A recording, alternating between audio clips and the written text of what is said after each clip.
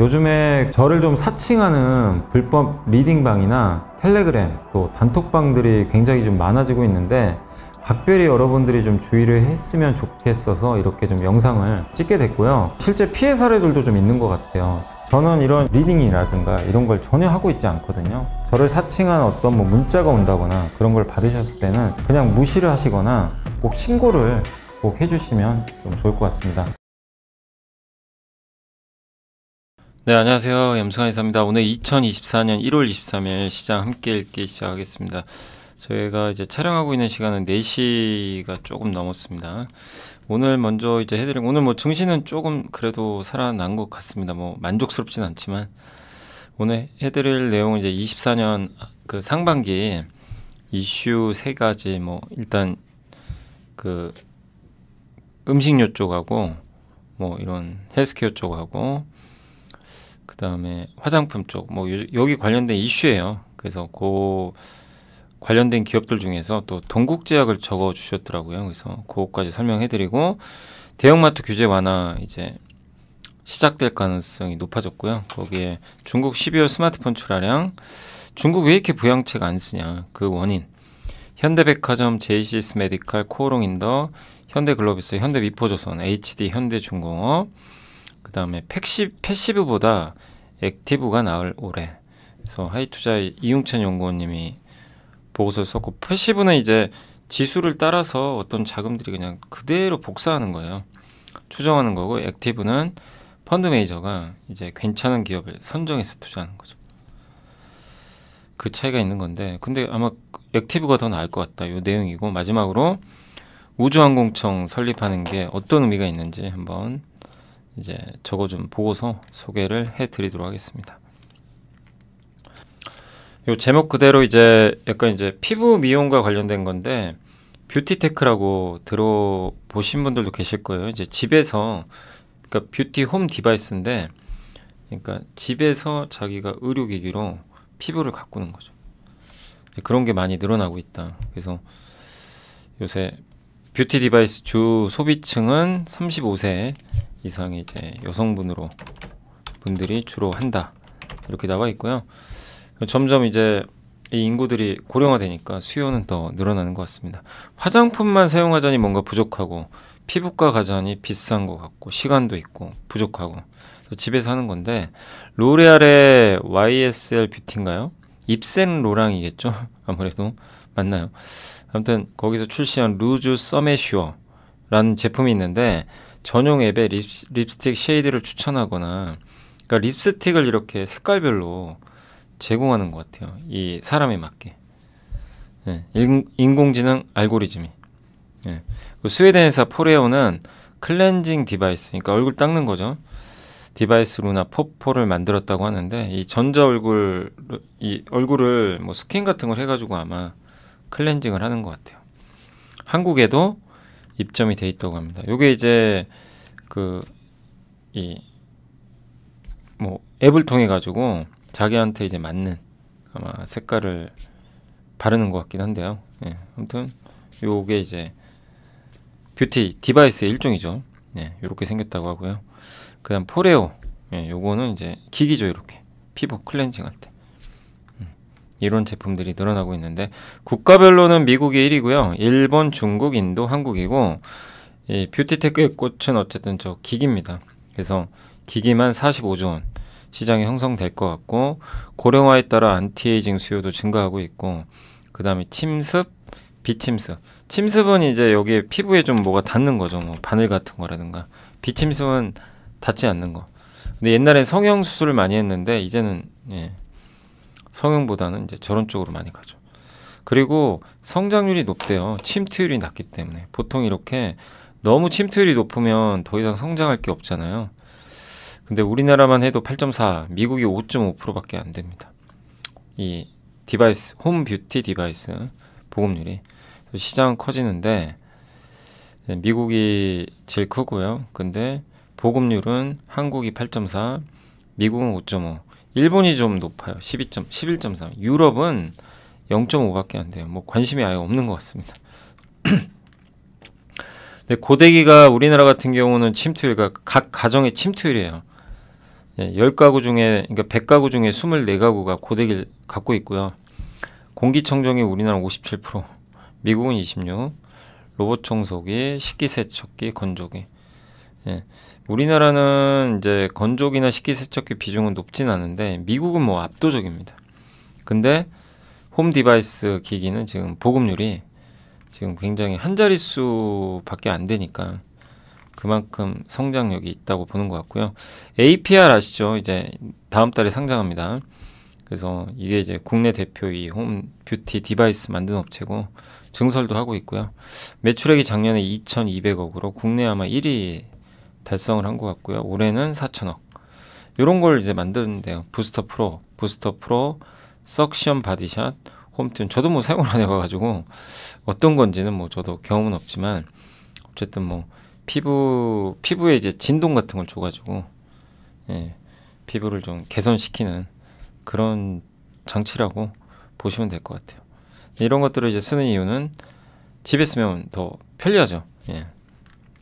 가격도 저렴하고. 그래서 요거 경쟁사 중에 하나가 동국제약이에요. 마데카 프라임 아시죠? 저번에 한번 소개는 해드렸지만 이 회사가 원래 인사돌이나 오라메디 요런 이제 의약품 만드는 회사인데 매출액의 많은 부분이 여기 헬스케어, 화장품이나 이런 데 나오거든요. 요새 홈쇼핑이 안 좋죠. 홈쇼핑 비중은 줄이고 있다고 합니다. 근데 그럼에도 불구하고 이 헬스케어 쪽의 매출이 좋았던 게 마데카 프라임이 작년에 220억을 번 거예요. 매출을. 이게 이제 기여를 한 거죠. 그래서 올해도 헬스케어 매출액은 10.5% 정도 증가하리라 보고 있고 홈쇼핑은 줄지만 그거를 이제 온라인몰이나 저런 이제 마데카 프라임이 메꿀 가능성이 높다고 보는 것 같습니다. 올해 또 이 신제품이 또 나온대요. 이 홈 뷰티 디바이스. 요게 이제 마데카 프라임입니다. 이렇게. 요 제품들인데 이제 요걸 또 새롭게 뭐 업그레이드 했겠죠. 새로운 기기가 나온다고 하니까 지켜봐야 될 것 같고요. 근데 이걸 떠나서라도 올해 동국제약은 실적은 좋아지고요. 거기다가 경쟁사가 상장을 하게 되고 이런 것들은 어쨌든 주가에는 조금 우호적으로 작용하지 않을까 이렇게 보고 있고요. 그리고 인디가 만드는 세상 또 새로운 변화 중에 하나가 인디 브랜드 정말 요새 잘 나가죠. 미국은 에스티로더, 로레알, 코티 3사가 과점하고 있는데 이 시장이 조금씩 깨지고 있고요. 여기에 젊은 소비자들이 신생 브랜드로 넘어가고 있다고 합니다. 뭐 한국은 이미 시작이 됐죠. 근데 그걸 하기 위해서는 ODM이 화장품 ODM이 저 브랜드 회사들로부터 수주받아서 만들어주는 거죠.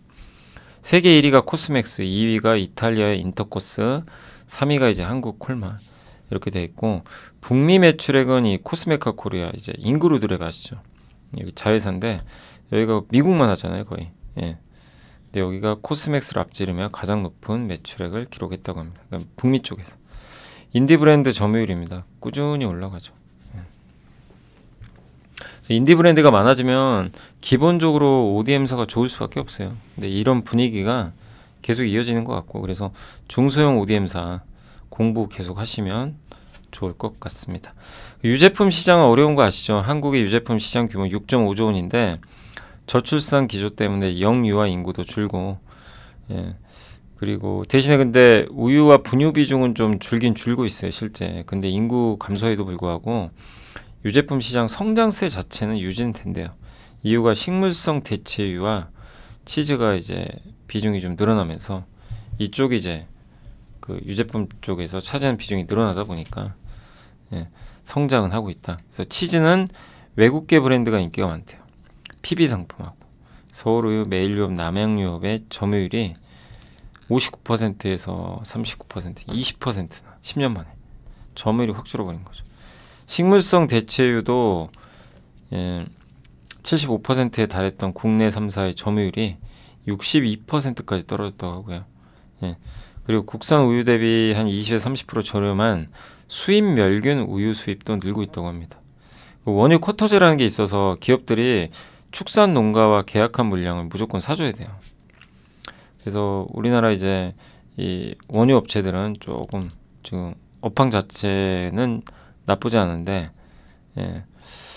이 가져가는 몫이 좀 적은 거죠. 어떻게 보면 적을 수 있고 점점 점유율은 떨어지고 26년부터는 FTA로 미국과 유럽의 우유가 또 우리나라에 들어오는데 무관세로 들어와요. 경쟁은 경쟁대로 해야 되고 그래서 우유 업종의 미래가 지금 밝진 않은 그런 상황입니다. 우리 한국에선 남양유업하고 메일유업이죠.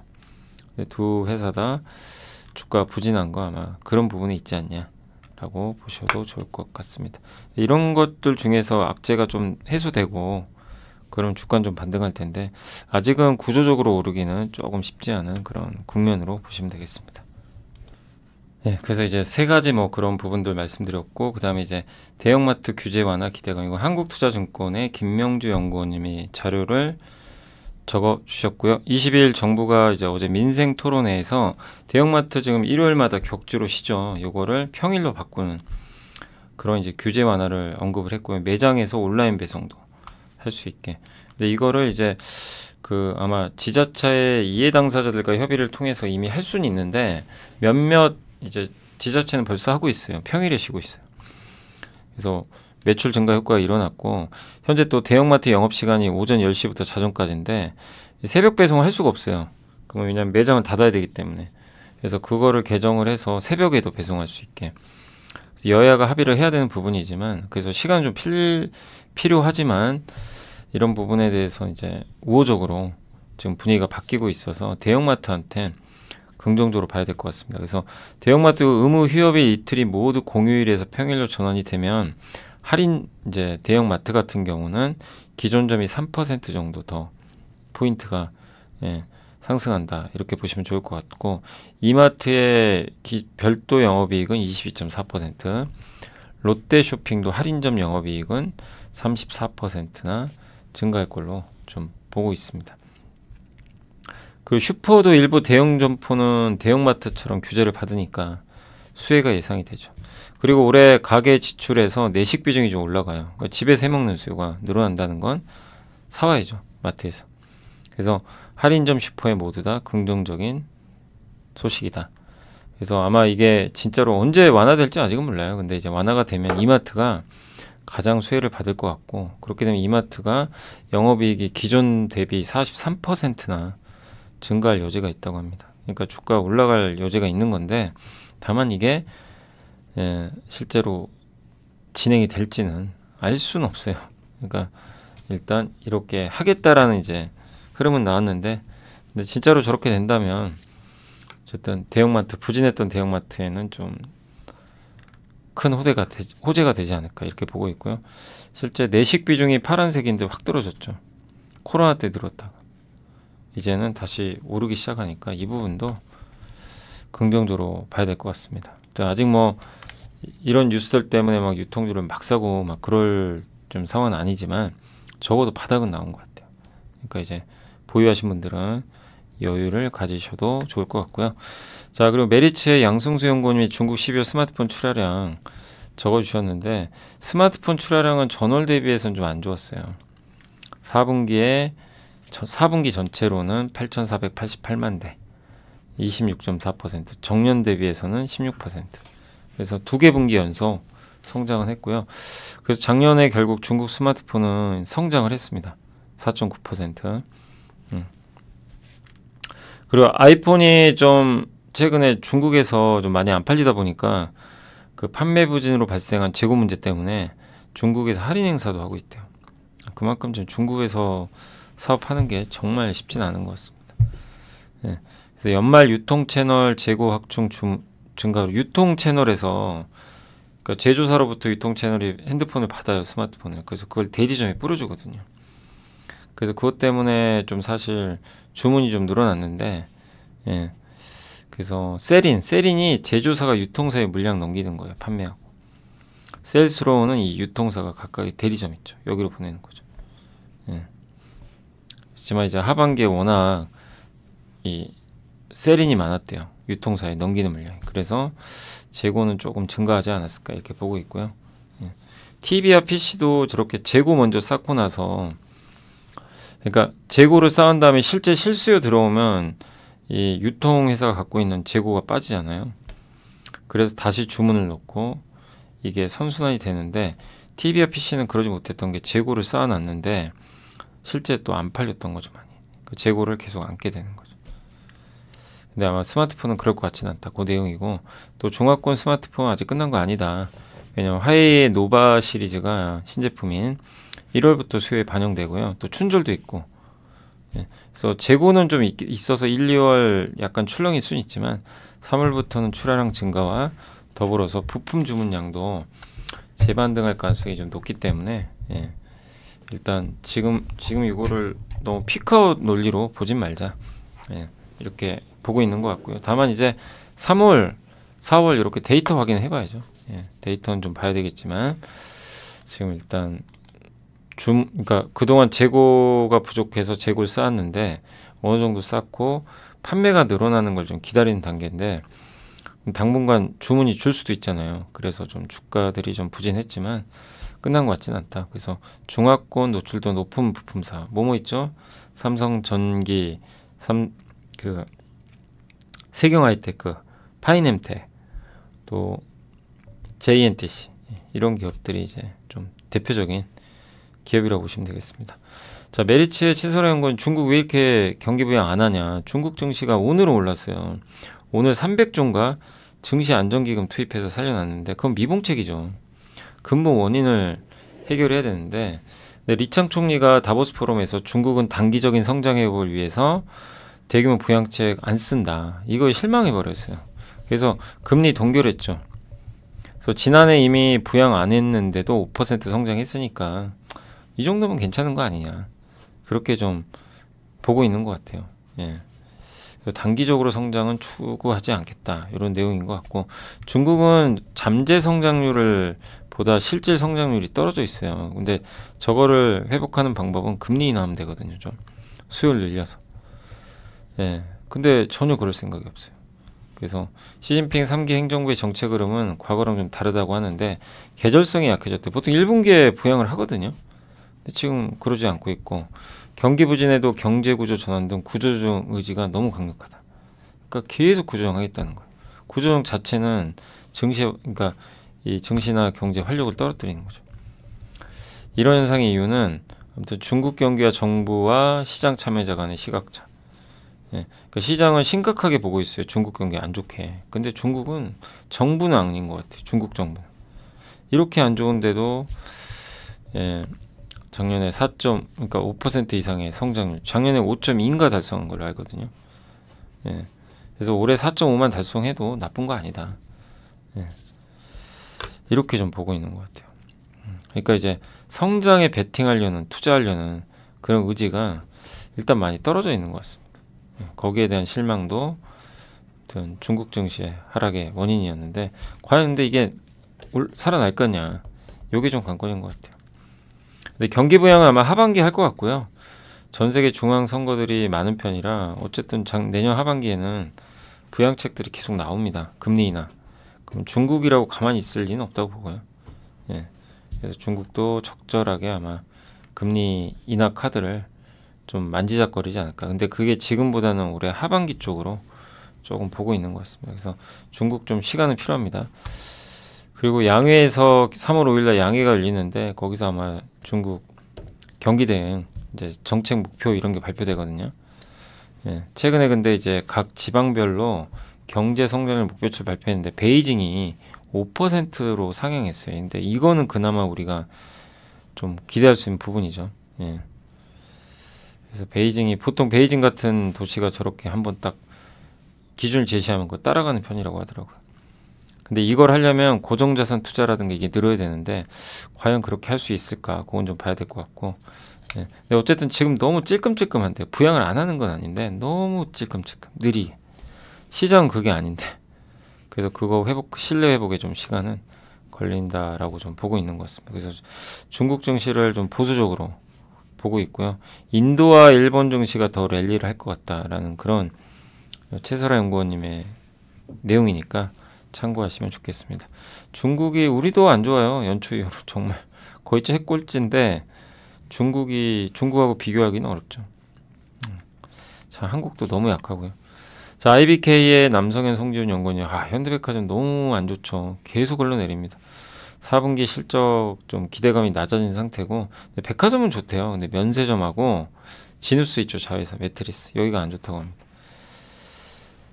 그래서 지누스 야심차게 인수했는데 결과론적으로 지금까지는 좀 실패죠. 왜냐하면 지금 이익도 많이 내야 되는데 아직까지는 좀 그러지 못하고 있고요. 그래서 이번 4분기엔 좀 회복되지 않겠냐 이렇게 보고 있는데, 아무튼 진짜 회복 여부는 지켜봐야 될 것 같습니다. 백화점은 대전점 영업 재개, 일부 사이트 성장으로 점유율은 증가 추세를 좀 보이는 것 같다. 이런 좀 내용인 것 같고요. 이게 현대백화점 영업 실적인데 그래도 잘 버티죠. 부분별 매출액 백화점은 좋아요. 근데 면세점하고 진입수가 좀 안 좋은 편이죠. 그게 좀 발목을 잡고 있다라고 보시면 되겠고, 진우스에서 제일 많이 팔리는 게 매트리스죠. 진우스는 매트리스 전문 기업이니까 해외 유명 브랜드 성장률 추인데 안 좋습니다. 그러니까 이런 것들 보면 면세점이 잘 되기가 어려운 거죠. 그래서 과도한 저평가는 맞아요. 근데 성장에 대한 그림이 아직 안 그려져요. 그러니까 어느 시점에 뭐가 생겨서 터닝하면 저도 말씀을 한번 드려보도록 할게요. 그게 보이면. 그래서 지금은 팔 이유는 없어요. 워낙 싸니까. 다만 신규 매수보다는 기다려야 됩니다. 그러니까 우리가 이렇게 많이 빠졌을 때 만약에 어떤 기업을 물타기라고 그러죠. 보통 추가 매수할 때는 그냥 싸다고 사는 게 아니라 앞으로 좋아지는 게 확실해야 돼요. 그 내용들을 내가 꿰차고 있어야 돼요. 그럴 때 자신 있게 분할로 들어가는 거죠. 그게 안 돼 있는 분들은 일단 계속 공부를 좀 어느 정도 하신 후에 하는 게 맞죠. 그래서 어쨌든 요거는 그렇게 한번 말씀을 드려봤고, 제이시스 메디칼이 어제 한번 난리가 났죠. 그래서 목표 조건 낮췄고요. 삼성에서 신규 장비 덴서티가 9월에 초도 물량 나간 이후로 12월에 또 추가 선적이 발생했다고 합니다. 그리고 사이노슈어양, 어제 이 회사가 루트로닉에 인수된다는 소식이 아주 제이시스가 폭락을 했는데, 어쨌든 이 사이노슈가 경쟁사에 넘어가지만 이 포텐자가 굉장히 좋은, 가성비도 좋고 한 제품 중에 하나거든요. 비침습 방식이에요. 여기에 지금 이 포텐자가 사이노슈어와 24년도에 그 400대 정도 이제 아마 최소 구매 수량, 이 정도는 이제 사이노슈어가 사줘야 되는 거죠. 가져가야죠. 그래서 아마 이 물량은 더 늘어나지 않겠냐 이렇게 보고 있고, 시장은 사실 루트로닉이 포텐자 약간 경쟁 회사기도 하거든요. 저거를 사이노시오가 일본과 한국을 제외한 지역에서 포텐자를 안 팔고 루트로닉 걸 많이 팔면 어떡하냐 우려가 있는 것 같아요. 근데 그럴 것 같지는 않고요. 포텐자가 굉장히 뛰어난 그 제품으로 알려져 있고, 어쨌든 이제 그런 부담감도 있다 보니까 미국 같은 경우 지금 그러니까 미국 시장에서 리빌 레이저, 그러니까 이번에 덴서티라는 제품이 신제품으로 나오거든요. 요거는 파트너사를 리빌 레이저로 바꿨어요. 어떻게 보면 이건 잘한 거죠. 그리고 24년 8월까지 최소 구매 수량이 이제 150대인데 그 중에 절반은 달성한 것 같다. 그런 내용입니다. 중국에서 포텐자도 이제 출시가 될 텐데 중국의 허가를 받아야 됩니다. 그래서 그 허가가 언제쯤 나올지는 조금 지켜봐야 되겠고요. 사이노슈어는 이제 루트론이 인수한 후에 한행컴퍼니에 피인수된다는 소식에 주가 급등했는데, 사이노슈어와의 계약은 25년까지로 영향은 그렇게 크진 않다 나와 있고, 그리고 사이노슈어 말고도 리빌 레이저, 아메익, 이메익인가 아메익 이런 쪽과 이제 파트너십도 계속 확보하려고 노력을 하고 있다고 합니다. 또 이제 그 초음파 방식이죠. HIFU 부진 및 소모품 매출 성장 둔화로 목표 주가는 좀 하향한다. 그렇지만 현재 주가 하락으로 좀 저평가되어 있는 것 같다. 그러니까 성장률이 좀 둔화는 되고 있나 봐요. 그런 상황에서 저런 이제 사이노슈어라는 핵심 유통사가 경쟁사에 넘어가니 시장이 좀 놀랬던 거죠. 좀 너무 지나쳤던 것 같고, 결국 확인할 거는 분기 실적밖에 없어요. 분기 실적에서 저런 우려들을 다 해소해주고 나온다면 뭐 제이시 메디칼 주가는 다시 원상복귀 될 거고, 기대에 못 미치면 계속 주가에 좀 부담이 될 가능성이 있는 것 같습니다. 그래서 개인적으로 좀 전자가 좀 잘 됐으니까 전자의 사리처럼 잘 됐으면 좀 좋겠는데, 사이노슈어가 어쨌든 그 제이시스 메디칼에 마케팅을 뭐 계속 해주고 영업을 잘해준다면 걱정할 필요는 없는 거죠. 다만 시장은 경쟁사가 가져갔으니까 좀 우려한다. 이렇게 보시면 되겠습니다. 매분기 실적 확인할 수밖에 없어요. 예, 그렇지만 지금 주가 많이 빠져서 저는 오히려 기회라고 생각을 하고 있습니다. 코오롱 인더도 대표적으로 좀 요즘에 안 좋죠. 그래서 목표 주가 56,000원 하향 조정했고요. 4분기 기대치보다 낮을 것 같고 산업자재, 화학 부분 뭐 읽어보시면 되고 필름 전자재료 다 안 좋아요. 이익이 다 감소합니다. 예. 보통 4분기 또 인건비 부담도 있어서 안 좋은 거죠. 패션 같은 경우도 안 좋습니다. 다만 이제 올해는 환경이 좀 바뀌니까 패션 쪽도 좀 나아지지 않겠냐 이런 내용도 있고요. 베트남 타이어 코드랑 이제 특수 섬유죠. 아라미드 방탄복 소재 요거 증설을 완료했고요.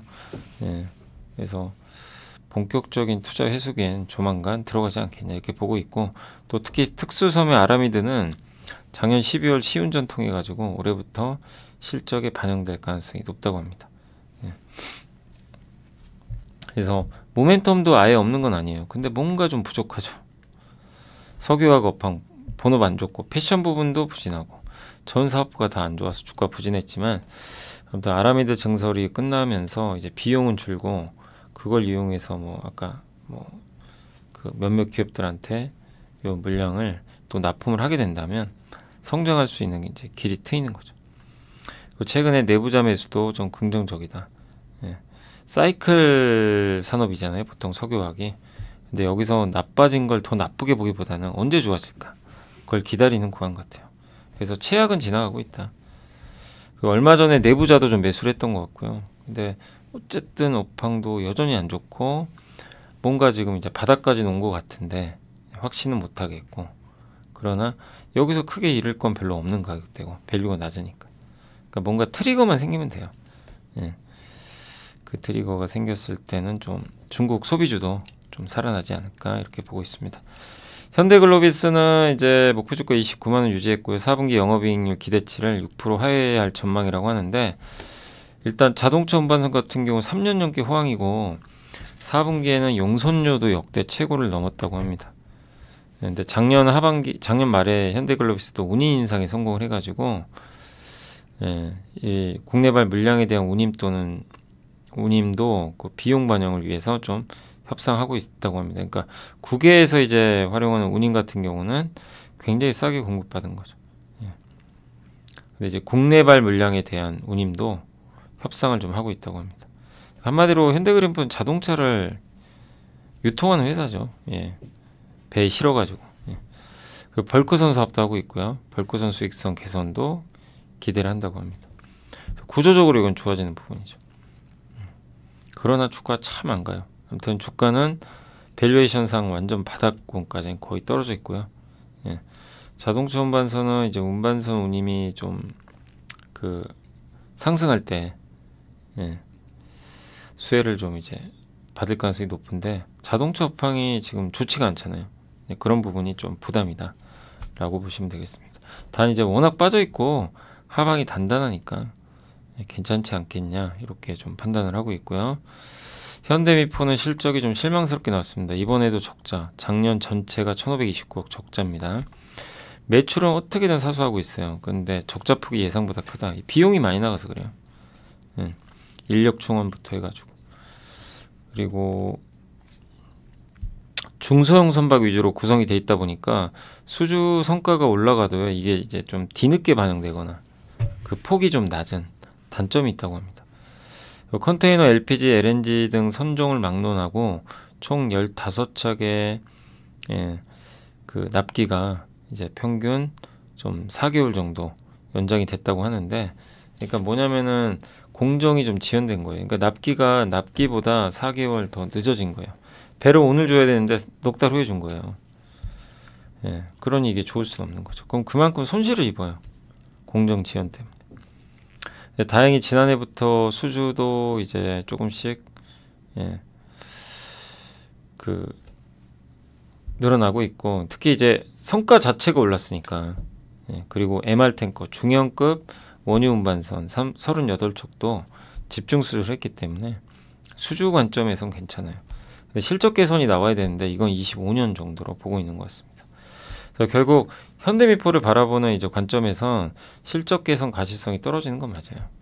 그래서 25년을 보고 하면 건 괜찮아요. 근데 올해 상반기까지는 좀 고생을 해야 될 것 같습니다. 뭐 어쩔 수가 없는 것 같고요. 현대사모나 현대중공 실적 좋거든요. 그러니까 이제 현대미포가 상대적으로 매력이 좀 떨어져 있다. 이렇게 예, 보셔도 될 것 같습니다. 다만 이제 25년도에 이런 부분들이 좀 반영이 되면서 실적이 좋아질 가능성이 높잖아요. 25년. 올해 하반기부터는 주가 반등할 가능성이 높습니다. 그래서 상반기는 조금 인내의 시간이 필요할 수 있다. 이렇게 좀 생각을 해주시면 좋을 것 같습니다. 네. 그러니까 인내심을 좀 발휘하시면서 25년을 보는 거고, 그러나 지금은 대형사가 났다는 거죠.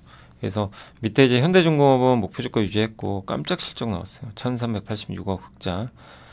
그래서 매출에서는 건조 물량이 증가하고 성과 상승 부분 매출 반영, 영업이익에서는 해양 부분 충당금 뭐 이런 것들 다 포함이 되는데, 어쨌든 그런 쪽에 관련된 이익이 좀 개선됐던 게 예, 주요한 특징이라고 좀 봐야 될 것 같고요. 아직 확정 실적은 아니에요. 예. 그래서 2월 6일 돼야 좀 더 정확하게 알 수 있을 것 같습니다. 근데 이제 여기에 지금 이익이 늘어났던 영업이익의 좀 대부분이 일회성이래요. 이렇게 돌려받는 돈, 충당금. 그래서 이 자체만 보고 실적이 엄청 좋은 건 아니다. 그 내용이고요. 좀 아쉬운 부분은 있다. 근데 매출은 잘 나와서 다행이다. 예. 영업이익은 각종 비용 때문에 변동성이 큰데 이 매출에는 이제 비용을 많이 반영은 안 하는 편이죠. 예. 그래서 이 매출액 전체 진행률 회계를 적용하는 조선업 특성상 이게 나눠서 끊거든요. 뭐 몇 달 이렇게 끊어가지고 회계를 전용한다고 하는데, 조선업 특성상 수주단 시 성과와 현재 공정률을 정직하게 반영한 게 매출액이래요. 매출액을 속이기는 어렵다고 합니다. 예, 22년 이후 지속되어 온 인력난 때문에 지금 조선업의 관건은 이익보다는 공정률이래요. 그러니까 이게 물량이 많이 늘어났는데 이거 소화하려면 2,000명의 인력을 더 받아야 된다고 합니다. 그러니까 인력난은 아직 있는 거예요. 그만큼 조선 배 만들 게 많다는 얘기죠. 예. 그리고 신규 인력의 특성상 부족한 초기 숙련도 및 의사소통의 어려움 등 우려도 있지만 이건 시간이 해결할 거다. 예. 서로 소통하다 보면 나아지는 부분이 있으니까. 그래서 매출이 이렇게 어쨌든 매출 올라가면 뒤늦게 이익이 따라온다고 합니다. 그래서 매출이 안 꺾이는 게 더 중요하다 이렇게 적어주셨고, 인도는 21년도에 2, 3분기 정도 수주 물량을 반영하고 있고요. 성과는 3년이 지났는데 24년 현재까지도 계속 오르고 있다라고 보시면 좋을 것 같습니다. 어쨌든 적어도 26년까지 실적은 비싼 배들이 이제 다 잡히니까 우상향 한다고 보시면 좋을 것 같습니다. 실적에서 마이너스 적자보단 검은색 플러스 행진이 계속되지 않겠냐, 이런 내용입니다. 그래서 현대중공업은 그래도 내용 괜찮죠. 약간의 일회성 뭐 이익도 있겠지만, 그래서 대형사 실적 개선 진행 중이고요. 현대중공업도 좋은 실적 냈고, 근데 인건비 부담을 얼마나 잘 통제하느냐가 좀 관건이 될 것 같습니다. 그래서 조선주 긍정적인 관점을 유지를 하시고요. 많이 흔들리셨죠. 연초 대비 막 주가도 안 가니까. 근데 그러실 필요 없고, 조선업종에 대해서는 좀 긍정적으로 계속 보셔도 저는 괜찮지 않나 이렇게 생각을 하고 있습니다. 대신에 HD 한국조선행이 제일 좀 저평가되어 있어요, 실제. 그래서 그런 쪽은 한번 좀 지켜보시되, 어떤 조선업 전반적으로 현대미포는 조금 시간 걸릴 수밖에 없고요. 오늘 보니까 그 KSP 아시죠? 엔진, 선박 엔진 만드는 엔진 배기밸브 기억나세요? 한번 설명해드렸던 그 회사가 또 깜짝 실적 냈더라고요. 그러니까 또 실적 잘 나오는 조선 회사도 있어요. 그러니까 그런 쪽에 대해서는 계속 관심을 가질 필요는 있는 것 같습니다. 팩시브보다 액티브가 낫다 요 내용인데, 액티브가 그거죠. 이제 펀드 매니저가 직접 기업을 고르는 거죠. 페나케 아시죠? 패시브 펀드가 나온 괴물. 그러니까 우리나라는 이게 좀 이거를 저는 좀 고쳤으면 좋겠어요. 뭐냐면 에코프로머티나 두산 로보틱스가 실적이 좋아서 간 게 아니고, 뭐죠? 사실 두산 로보틱스 적자잖아요. 근데 주가가 몇 배씩 날라갔어요. 왜요? 주가가 오르면 오를수록 코스피 200에 편입될 확률이 높고, 200에 편입되면 연기금이 사야 돼요. 그냥 이거 지수에 편입이 되니까. 그걸 패시브라고 하는 건데, 그러면 연기금은 사기 싫어도 사야 됩니다. 저게 뭐가 문제가 생기냐면, 저렇게 사고 난 다음에 밸류는 비싸지거든요. 그럼 그 밸류에이션을 토해내야 돼요. 이 과거에 우리 많이 봤잖아요. 카카오페이, 카카오뱅크, 가까운 예로 에코프로도 에코프로가 8월인가 아마 MSCI 편입되고 그 후로 질질질 흘러내려 버렸잖아요. 쭉쭉 빠져버렸죠. 예. 그러니까 이게 패시브 자금을 받을 땐 좋은데 이게 끝나버리면 주가가 급락하는 경우가 너무 많아요. 그걸로 인해서 올랐었기 때문에. 그래서 이게 결코 좋은 게 아니죠. 이런 현상들. 수급을 왜곡시켜 버리니까. 근데 올해는 아무튼 작년까지 이게 되게 많았대요. 이런 이슈가. 근데 올해는 액티브가 좀 유리하지 않겠냐. 네, 그런 내용입니다. 그래서 지금 현재 벌써 지수도 개별 종목에서는 높은 수익률 나오잖아요. 지수 지지부진한데.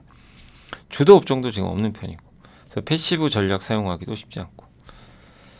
그래서 액티브가 올해는 좀 더 나을 것 같다. 뭐 대세까지는 아니더라도 액티브 펀드나 액티브 ETF, 펀드 매니저의 개량, 그러니까 그 자기의 의사가 들어간 그런 펀드들인데 그런 쪽이 올해는 나을 거라는 그런 전망이니까 참고하시면 되겠고, 이게 작년에 에코프로머티, 포스코 DX, 두산로보틱스, 금양 이런 기업들의 주가인데 다 지금 패시브 패납기죠, 패납기. ETF는 여기 파란색이 액티브인데 너무 비중이 낮죠. 이제 근데 요 패시브 비중은 너무 늘어났고, 예. 아무튼 요걸 이제 조금씩 예. 요게 패시브는 아니고요. 제가 잘못 읽었네요. 액티브 요게 주식이고 요게 액티브 주식 ETF고 이게 전체 주식이에요. 그러니까 패시브랑 다 합친 거. 이게 전체 ETF 중에 액티브가 요거밖에 안 되는 거예요. 그러니까 비중이 얼마 안 되죠. 근데 저게 좀 늘어나지 않겠냐 이렇게 보고 있는 것 같고요. 우주항공청 설립의 의미인데 하이난 연구원이 적어주셨고요. 차익 매물 나오는 거 아닌가. 근데 실제 오늘 좀 빠졌죠. 우주항공 관련주들이. 근데 끝이 아니라 시작이다. 왜냐하면 단순한 정부기관이 아니고요. 저도 그렇게 생각하는 게 우주항공 우주위원장이 대통령이에요. 어떻게 보면. 예. 아직 이제 5월에 이제 본격적으로 출범한다고 하는데, 근데 이번에 과기부 1차관이 유럽과 미국 방문 목적으로 출장 중인데 우주항공청 설립 근거로, 그러니까 국가 간 협력, 우주항공청을 만든 다음에 이 우주항공청과 뭐 다른 나라의 우주항공 관련 청이 있잖아요. 거기랑 이제 협업을 하는 거예요. 그러기가 좋죠. 과기부가 하는 게 아니라 우주만 담당하는. 그러니까 훨씬 나은 거죠. 그래서 유럽의 우주국 방문을 해서 뭐 이런 사업들, 대규모 우주 탐사 프로젝트, 한국에 참여를 희망한다. 뭐 이런 내용도 있고, 프랑스 국립우주센터도 방문하고요. 미국에 방문하는 거는 아르테미스, 달나라가 이제 가는 거죠. 프로젝트. 이런 것들도 논의가 될 예정이라고 합니다. 그래서 우주항공청 설립이 되면 국제적으로 협력하는 게 더 수월해지고 본격화되니까 이거를 오히려 매도의 흐름보다는 이제 본격적인 시작 쪽으로 보시면 어떠냐, 그런 내용인 것 같아요. 아무튼 저도 올해 우주항공 괜찮을 거로 보고 있고요. 다만 주가가 그때 말씀드렸잖아요. 너무 많이 올랐다. 일부 기업들 좀 기다리자. 근데 오늘은 좀 빠졌어요. 그래서 조정을 항상 이용해서 대응을 하시면 좋겠고, 스페이스X 성장 과정에서 나사 역할이 중요한 건 맞습니다. 스페이스X가 미사일 발사, 로켓 발사할 때 몇 번 실패하다가 네 번째 나사 그 프로젝트에서 드디어 성공해서, 그래서 나사가 2조인가 투자한 걸로 제가 기억이 나요. 책에 있어요. 그 일론 머스크 자선. 그러니까 나사가 큰 역할을 한 거죠. 일론 머스크에. 근데 우주항공청 설립도 민간 기업들한테 그런 기회를 주지 않겠냐라는 내용이니까 참고를 해주시면 좋을 것 같습니다. 자, 그리고 오늘 이제 어제 내부자 매수는 BH 있었습니다. 애플 관련주인데 PCB죠. 요새 PCB 업종들 막 다 날아다니는데 얘만 못 가요. 왜 못 가냐면 애플 때문에. 애플 관련주. 근데 애플도 더 나쁠 게 있나요? 그죠? 그러니까 이제 BH도 18,550원이면 너무 저평가죠. 근데 여기에 또 부사장까지 들어왔으니까 괜찮을 것 같고, 오늘 이제 놀란 게 Y젠터에 양현석 대표가 200억을 샀어요. 자기 회사 주식을. 깜짝 놀랐습니다. 이제 오늘 나온 건데 그거는 내일 한번 더 정리해드리고요. 그다음에 전자공시 어제는 하나오션 다 공교롭게 조선사입니다. 근데 이래도 조선사를 나쁘게 볼 이유가 있는 건가요? 전 조선주들에 대해서 시각이 아직도 막 안 좋은 쪽으로 보는 분들도 계세요. 그래서 더 좋은 것 같아요. 다 좋게 보면 안 좋아요. 아무튼 그냥 이 숫자는 거짓말 안 하니까 그래서 여전히 수주 연초부터 목표는 낮췄지만 잘 되고 있다라고 보시면 좋을 것 같습니다. 자, 이제 장이 끝났고요. 시장 한번 보도록 하겠습니다. 자, 오늘 이제 종합주가 지수는 간신히 우여곡절 끝에 좀 상승 마감을 좀 했고요. 코스닥도 상승은 상승인데 뭐 보합이죠. 등락을 거듭했습니다. 그래서 오늘도 아쉽게 좀 부진했고, 다만 코스피가 좀 살아났고요.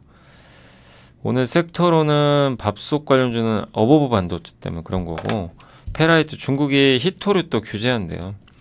그게 있었고, 웹툰 관련주 좀 강했고요. 오랜만에 은행 좋았어요. 아, 은행도 많이 빠졌죠, 그동안. 자동차도 정말 오랜만에 반등입니다. 특히 오늘은 부품사들이 모처럼 강했고, 의료 AI도 좋았어요. 오늘 루닛이 특별한 이슈는 없었는데 8%나 올랐고, 뷰노가 한 3%, JLK가 한 2% 반등을 했습니다. 게임주들도 이제 중국이 게임 규제 원래 어제 발표하기로 했거든요. 규제안을. 근데 오늘 이제 뉴스가 나왔는데 뭐 규제를 안 하는 쪽으로 방향을 잡은 것 같더라고요. 이제 그러다 보니 그건 이제 보도인데, 그래서 오늘 관련 기업들의 주가가 급등했다라고 보시면 되겠고, 정유회사도 오늘 오랜만에 GS가 좀 좋았고요. 온디바이스 AI는 가온칩스하고 HPSP가 오늘 좋았습니다. 그리고 시스템 반도체도 보면 어버브, 뭐 가온칩스, 아나페스 이런 기업들은 좋았지만 테크인과 넥스트칩은 오늘 좀 많이 빠졌고요. 해운 쪽 오늘 HMM의 주가가 좀 급등을 했습니다. 그래서 오늘 좀 좋게 마무리가 됐고, 석유화학도 오랜만에요. 대한유화랑 롯데케미칼이 정말 웬일로 정말 오랜만에 좋았고, 하나솔루션도 오늘 2% 가까이 올랐습니다. 인터넷 주들도 카카오가 좋았고요. 그리고 또 뭐가 있나요? 예, 의류업종도 오늘. 근데 LS 네트워크스는 아까 기사를 보니까 저희 이제 대주주가 됐잖아요. 이베스트. 그래서 그 이유 때문에 올랐다라고 적혀 있는데, 그것 때문인지 제가 잘 모르겠지만 아무튼 예, 16% 정도 올랐고, 카메라 쪽도 오늘 조금 일부 오른 것 같습니다. 가상현실, VR 관련주도 오늘 좋았고요. 예. 그리고 뭐 IT 대표주도 오늘 괜찮았어요. LG 디스플레이가 오랜만에 반등을 했습니다. LG전자. 다만 오늘 빠진 거는 일단 로봇주 안 좋았고요. 우주항공주들 보시면 다 차익 매물 쏟아졌어요. 그죠? 그동안 많이 올랐어요. 이게 하나 시스템만 해도 주가가 바닥은 당연히 아니죠. 그래서 이렇게 좀 올랐다 보니까 예. 보시면 예, 많이 올랐어요. 보세요. 이 12,000원에서 계속 올랐습니다. 예. 그러니까 이런 기회가 한 번씩 오긴 오는데 이때 이제 투자하기 참 어렵죠. 예, 이렇게 막 빠질 때 과연 투자할 수 있을까? 그래서 이제 공부를 해놓는 건데요. 막상 지나놓고 보면 쉬워 보이지만 참 어려운 거죠. 근데 어쨌든 이제 하나도 너무 많이 올랐고 좀 쉬어가겠죠. 예, 그 쉬어가는 거를 또 활용하시는 것도 괜찮을 것 같습니다. 그리고 CXL 관련주 좀 쉬어갔고, 항공주도 오늘 좀 쉬어갔습니다. 조선주도 실적은 괜찮았는데 좀 아쉽게 오후에 좀 밀리더라고요. 근데 현대미포가 아직까지는 실적 충격이 좀 있어서 시간이 좀 걸리는 것 같습니다. AI 챗봇주도 오늘은 많이 빠졌어요. 많이 올랐죠, 그동안. 네. 반도체는 삼성만 좋았고요. 재료주들도 조금 밀려버렸고, ISC가 오늘 좀 많이 빠졌고요. 리노 뭐 인수설이 있더라고요, SKC가. 근데 제 생각엔 별로 가능성 없어 보이는데요. SKC 또 ISC도 인수했는데 굳이 리노공까지 인수한다고요? 그건 좀 아닌 것 같긴 한데, 아무튼 그런 루머가 있었고요. OLED 쪽은 오늘 좀 안 좋았던 게, LG가 아이패드 물량을 한 6대4로 삼성보다 좀 많이 받을 걸로 추정했는데 LG 물량이 좀 떨어질 것 같아요. 그래서 오늘 P&H 테크가 좀 빠진 거예요. 근데 그게 진짜인지 모르겠지만 그런 보도가 있었습니다. 만약에 그게 사실이면 좋은 건 아니죠. P&H 물량이 줄어드는 거니까. 요새 분위기 괜찮았는데 그 이슈로 좀 빠졌다. 다만 확인은 필요합니다. 진짜인지 아닌지는 아직 그냥 보도만 있어서 알 수는 없고요. 예. 올해 또 상반기에 애플 아이패드 OLED 나오니까 기대감은 살아있어요. 예. 살아있지만 단기적으로는 만약에 사실이면 좀 악재가 될 것 같습니다. 단기 악재. 임플란트 쪽은 오늘 덴티움 뭐 이 정도 올랐는데 뭐큰 변화 없었습니다. 그리고 이제 시가총액 상위 기업들 보고 마무리를 짓도록 하겠습니다. 오늘도 보니까 에코프로 BM이 좀 안 좋더라고요. 아까 마이너스 3%인가? 그죠? 시총이 계속 떨어지고 있고요. 에코프로도 여전히 안 좋고, 그러나 그 위에 있는 기업들의 주가는 뜨거웠습니다. 그리고 하나금융 좋았고, 에코프로 머티도, 에코프로 그룹 전체가 안 좋은 것 같아요.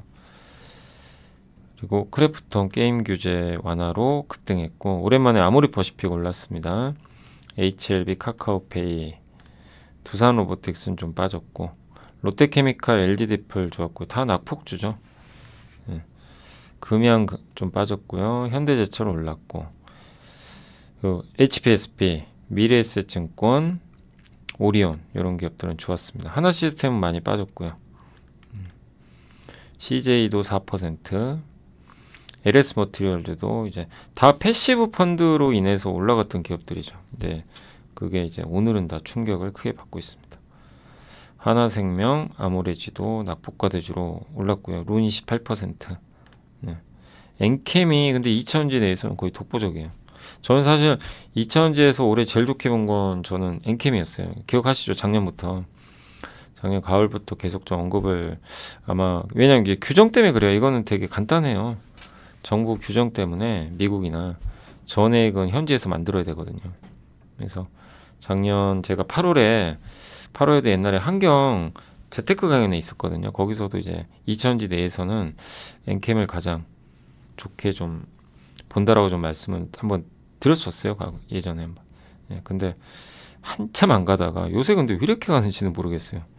그 뭐 특별한 뭐 호재가 나온 것도 아닌데 아무튼 엔캠 혼자만 가는 게 좀 의아하긴 합니다.